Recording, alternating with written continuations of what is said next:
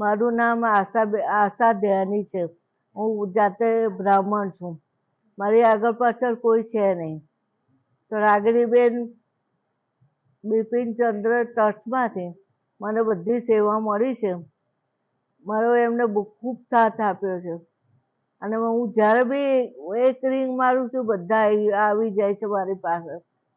મારી પાસે કોઈ રસ્તો નહોતો કે મને કોણ દવાખાને લઈ જવું. ટોટલી બેડ પર છું.